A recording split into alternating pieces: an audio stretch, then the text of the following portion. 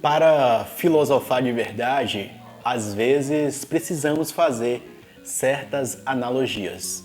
As analogias fazem a nossa mente ou as ideias se desenvolverem.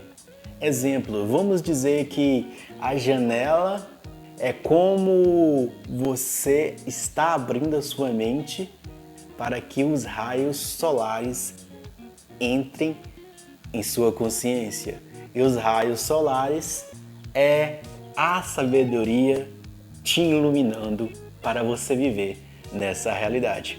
É bonito isso que eu falei. Mas eu vou tratar sobre outra coisa aqui, sobre como a coruja se tornou o símbolo da filosofia ou o símbolo da sabedoria.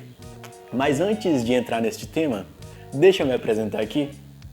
Olá, seja bem-vindo ao canal Aprendiz do Filósofo, eu sou Josinácio, tudo bem com você? Espero que você esteja bem. Se você sabe, a coruja ela lança voo à noite, sobrevoa sempre à noite. Aqui na minha cidade no interior, passa, eu consigo ver algumas corujas sobrevoando à noite. Durante o dia, ela está quietinha, silenciosa, mas durante a noite ela faz o seu voo. Com aqueles olhos esbogulados, grandes, esbogulhados, grandes, sei lá. Aqueles olhos grandes, olhando ao seu redor, procurando alimento ou simplesmente só voando. Talvez o morcego também seria um símbolo também da filosofia, que sobrevoa só à noite, que é algo peçonhento, estranho, que ninguém quer tê-lo por perto. Mas antes de continuar aprofundando esse tema, peço que você se inscreva no canal aí e comente aí para você qual animal que poderia simbolizar a filosofia também. Mas a coruja é um símbolo da filosofia por quê? Ela remete lá à deusa Atenas ou à deusa Minerva, que é a deusa da sabedoria. E ela tinha uma coruja. E toda noite ela pegava essa coruja ou mandava essa coruja sobrevoar sobre a cidade de Atenas, que é a cidade que honra ela, para tirar ou para fazer um resumo sobre as ideias da sociedade, as ideias principais da sociedade e trazer de forma resumida para ela. E a filosofia ela não faz nada mais do que isso, em sobrevoar sobre a sociedade e trazer uma ideia, um resumo sobre qual o pensamento dessa sociedade, conseguir enxergar qual o pensamento que está predominante nessa sociedade. Hoje falamos que os pensamentos predominantes na sociedade é o pensamento capitalista, o pensamento consumista, o pensamento das redes sociais, que é o pensamento de querer acelerar tudo, de consumir tudo rápido, de ser tudo rápido, de a gente sempre achar que está perdendo tempo e etc. Isso aqui já é uma questão bem filosófica, pensamento tudo rápido, pensamento capitalista, pensamento consumista, a gente quer só consumir conteúdo, querer tudo rápido, tudo agora, tudo imediatismo é a palavra certa, imediatismo, quando coloca ismo no final já é uma questão de doença, capitalismo, socialismo, comunismo, quando tem ismo já é uma questão que virou uma certa doença, um certo dogmatismo em cima da ideia, isso já é um pejorativo da ideia quando coloca ismo no final. É a mesma coisa quando se dizer filosofismo é dizer que existe uma certa doença, um certo exagero aí. Então, a filosofia tenta enxergar com seus olhos esbogulados e com sua maestria de sobrevoar sobre tudo, igual um drone, olhando tudo à sua volta. A filosofia ela sempre nasce da penumbra ou quando acha que já está tudo organizado, aí vem a filosofia e desorganiza tudo. Não desorganiza, mas ela vem apontando onde está faltando, onde está sobrando. Exemplo, na idade contemporânea a filosofia nasce de forma mais autônoma ainda, de forma mais disciplinar, de forma mais analítica, de forma mais metafísica, epistemológica e ontológica e cientificista, apontando as misérias da realidade concreta que o progresso gerou fome, o capitalismo gerou fome, mas também gerou progresso, mas gerou fome para as classes menores, pessoas trabalhando em condições insalubres. Essa ideia do progresso gerou guerras, a criação de bombas atômicas. Essa ideia de progresso da ciência gerou uma certa irresponsabilidade ética dos próprios cientistas, esse afastamento da ideia de uma intervenção divina, de uma lei divina, de um castigo divino, deu uma certa autonomia para os cientistas de eles acharem que eles eram deuses, que poderiam fazer qualquer experiência na natureza e com os seres humanos.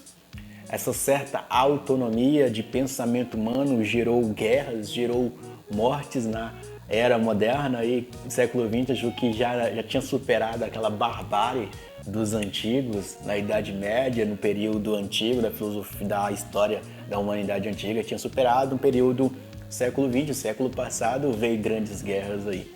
Então a filosofia começa a investigar isso, começa a pensar isso. Porque essa ideia do progresso humano, quando não bem disciplinada a moral e a consciência dos seres humanos, o progresso não é algo bem-vindo para uma pessoa que não sabe lidar com o progresso. O celular não é bem-vindo para uma pessoa que não sabe fazer bom uso do celular. O bisturi não é bem-vindo para uma pessoa que ainda não aprendeu como cortar um corpo para fazer uma cirurgia. Então, precisa, talvez na filosofia, precisa a gente usar do filosofar para pensar, para dialogar, para refletir. Que nem o filósofo Hegel vai dizer que a filosofia sempre nasce dessa penumbra. Só com o filósofo Hegel que essa ideia da coruja ganha um símbolo muito forte. E a ideia da coruja ganha simbologia não só na filosofia, mas também na pedagogia. A pedagogia que hoje não está tão ligada com a filosofia, mas a pedagogia é uma coisa bem ligada à filosofia, porque a pedagogia é a pessoa que se coloca para ensinar o outro. Para o pedagogo é aquele que acompanha. O pedagogo na antiguidade era um escravo que acompanhava o filho de um homem rico da aristocracia até onde os filósofos, os pensadores estavam pensando.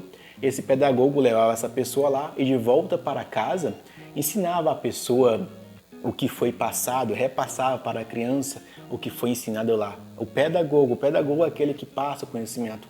O filósofo também, ou o educador, é aquele que passa conhecimento.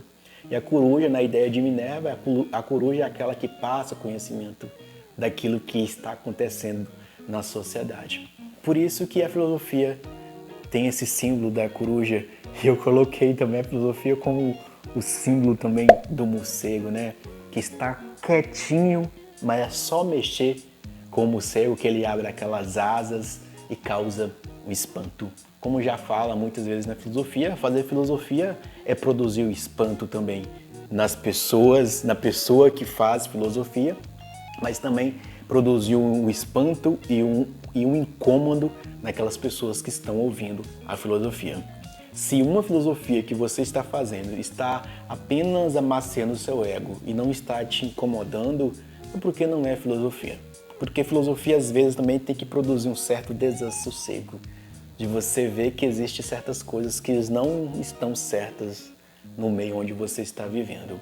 E eu me esforço um pouco, às vezes, para tentar enxergar e ter esse certo incômodo, porque é através do incômodo que a gente busca filosofar. É através do incômodo que a gente busca uma nova alternativa, um novo meio de ver a realidade. Novas filosofias surgem através do incômodo. Sócrates surgiu na Grécia Antiga porque houve um incômodo ali que Sócrates percebeu que as pessoas não estavam pensando de uma forma reta e boa, que as pessoas já estavam corrompidas, o espírito humano já estava corrompido pelo sofismo e etc. E hoje, na sociedade contemporânea nossa, hoje a gente talvez pode ver um certo corrompimento, uma certa razão, uma certa moral corrompida. E por isso que as coisas mais tratadas na sociedade contemporânea hoje aí é sobre moral, sobre ética, sobre liberdade, sobre amor. Se a gente está falando sobre isso é porque essas coisas estão corrompidas e a gente precisa novamente começar a filosofar começar a pensar e começar a dar uma nova visão sobre essa realidade que estamos pensando. Se você quer saber mais sobre ética, moral, sobre filosofia, eu vou deixar uns vídeos aqui sobre deontologia, que é a teoria do dever, sobre axiologia, epistemologia, filosofia e etc. Tem muito conteúdo no canal aí. Espero que esse conteúdo possa ajudar você, contribuir na sua jornada. Não se esqueça de se inscrever no canal, dar o seu like e ativar o sininho da notificação. E eu estou indo, ok? Fui!